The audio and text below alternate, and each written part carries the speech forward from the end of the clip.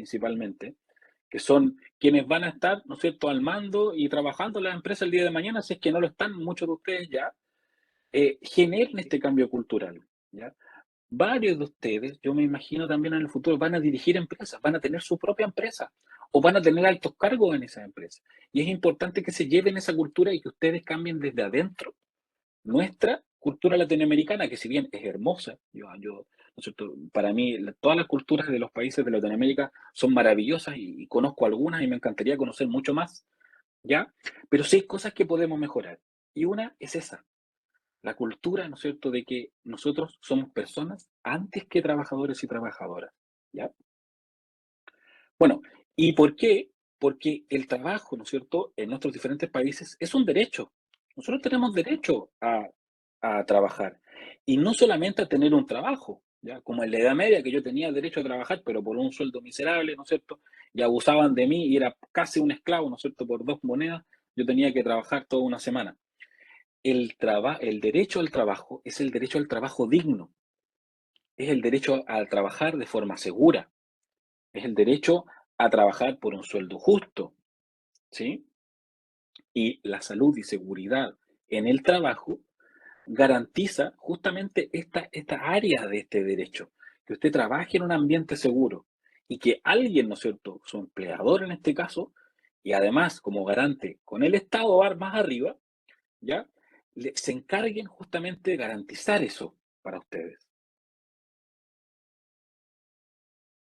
Sigamos. Algunos conceptos, así como rápidamente, que es importante entender, sobre todo para las personas que no son especialistas y que no estudian una profesión ligada a la seguridad y salud en el trabajo, tiene que ver con el peligro y el riesgo. Algo que nosotros, los prevencionistas acá en Chile, ¿no es cierto?, machacamos, machacamos a nuestros estudiantes porque es algo que es básico para nosotros entender, ¿ya? Muchas veces confundimos nosotros el peligro con el riesgo, ¿ya? Ya les voy a explicar por qué es importante saber la diferencia.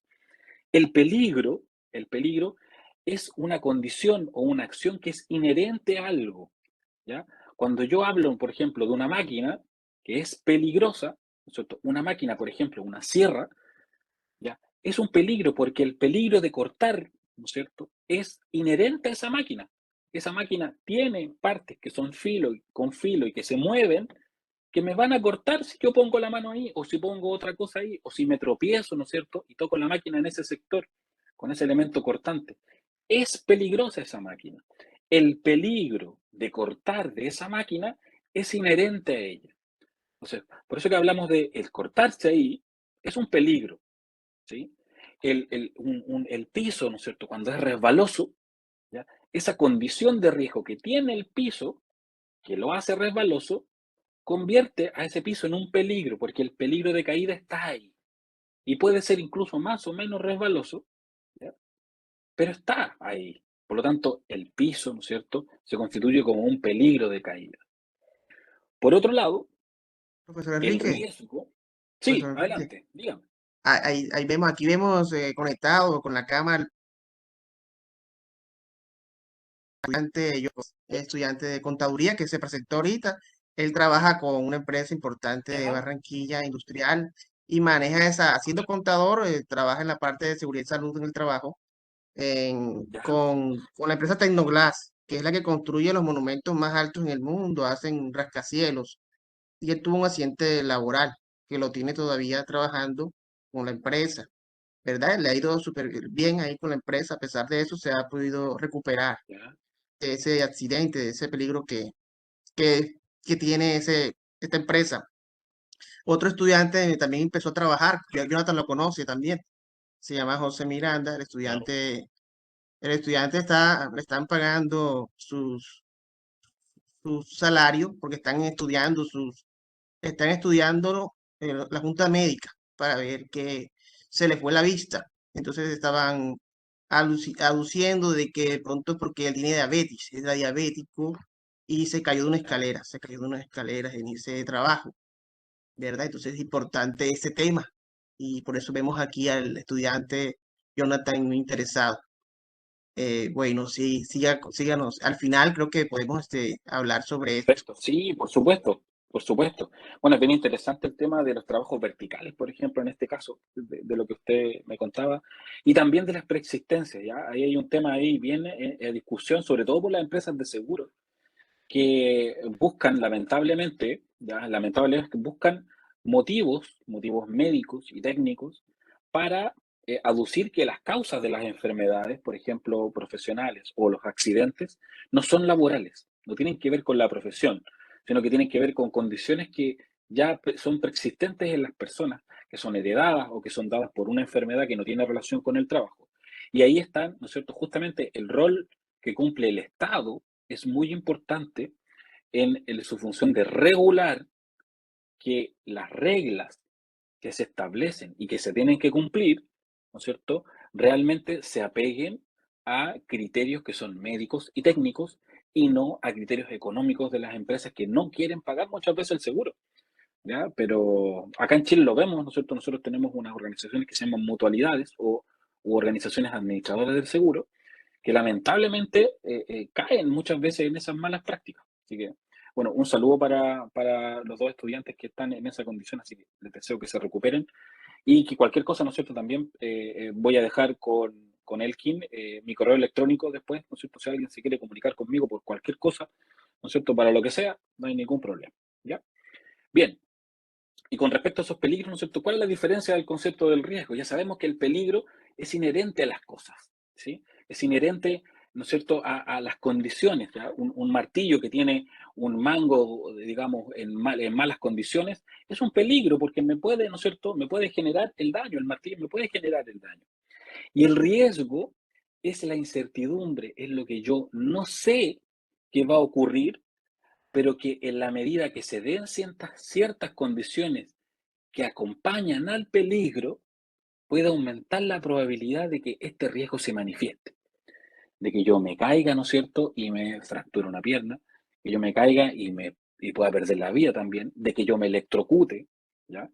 Un punto de energía eléctrica, ¿no es cierto?, un punto con energía eléctrica, ¿no es cierto?, viva ahí, eh, siempre me va a poder electrocutar, ¿verdad? Si yo me lo toco, ¿no es cierto? Siempre me va a poder electrocutar, pero en la medida de que existan más condiciones que aumenten la probabilidad de que ocurra ese evento, aumenta el riesgo. Por ejemplo, si yo toco los cables sin guantes que ¿no es cierto?, aíslen de la energía eléctrica, ya, sin ropa adecuada, ¿no es cierto?, sin zapatos dieléctricos que me aíslen también de la tierra para poder, ¿no es cierto?, protegerme de un eventual contacto con la energía. Entonces, todas estas condiciones, ¿no es cierto?, la falta de elementos de protección personal, la falta de capacitación, de habilidades personales, la falta de la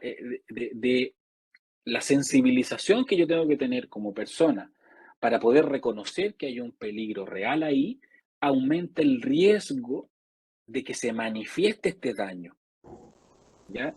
Y eso se puede calcular. Eso es una de las cosas que los expertos en prevención buscamos, de hecho, ¿no es cierto? Y nos entrenamos para calcular y para poder predecir ese riesgo, ¿ya? Eso quería, ¿no es cierto?, explicar primero que todo, antes, sobre todo a las personas que no estudian prevención de riesgo y no tienen por qué saber esto, ¿ya?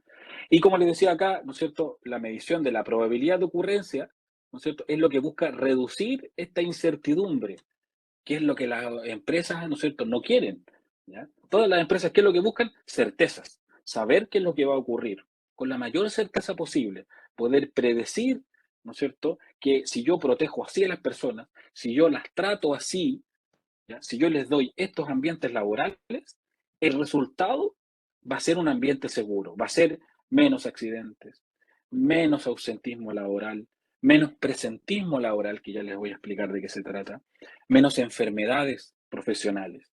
Eso es lo que se busca a través de la seguridad de salud en el trabajo.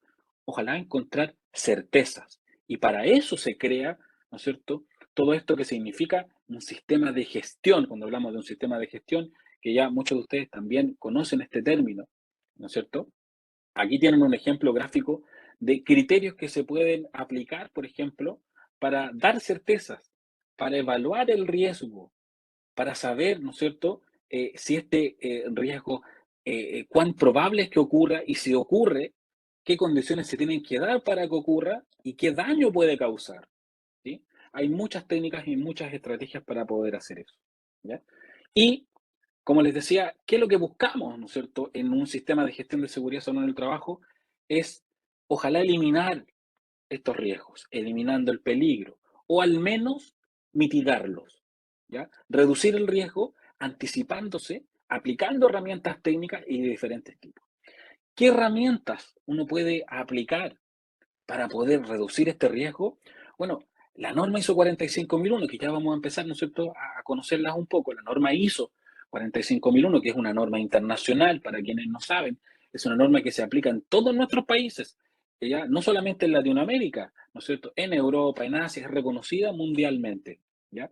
¿Por qué? Porque nos ayuda a gestionar, ¿ya?, las acciones que va a implementar la empresa para prevenir los riesgos. Esta norma nos entrega una serie de criterios, ¿ya?, que se llama jerarquía de controles. O sea, nos dice, cuando usted vaya a trabajar en prevención, piense en este orden. Piense de arriba, ¿no es cierto?, hacia abajo. Primero trate de eliminar el peligro, ¿ya? Si usted tiene un suelo que, ¿no es cierto?, o tiene un hoyo en la tierra, ¿ya?, o tiene una máquina que corta, puede, ¿no es cierto?, de alguna manera eliminar ese agujero, taparlo. Puede esa máquina eliminarla de ahí, sacarla, ¿ya? Trabajar de otra manera, ¿no es cierto?, sin esa máquina, trate de eliminar.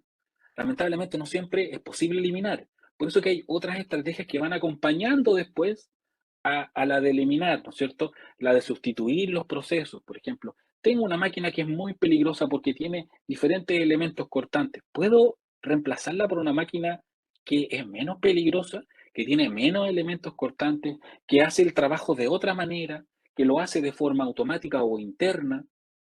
¿Sí? Que a lo mejor no es necesario manipularla, sino que es automática, ¿sí? El trabajo el armado de una máquina que yo tengo que hacer, ¿no es cierto?, en un espacio confinado, en un hoyo en la tierra, puedo modificar este proceso y armarlo afuera, en la superficie, y después introducirlo. Por ejemplo, estoy sustituyendo el peligro, cambiando la forma de trabajar. ¿Ya?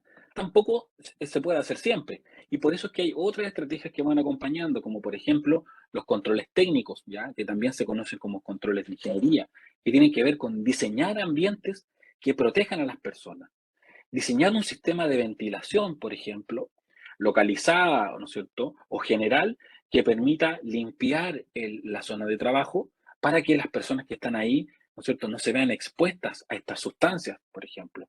Diseñar una cúpula o implementar a lo mejor barreras acústicas para proteger a las personas que están en el medio circundante justamente del ruido que genera algún tipo de proceso, ¿ya?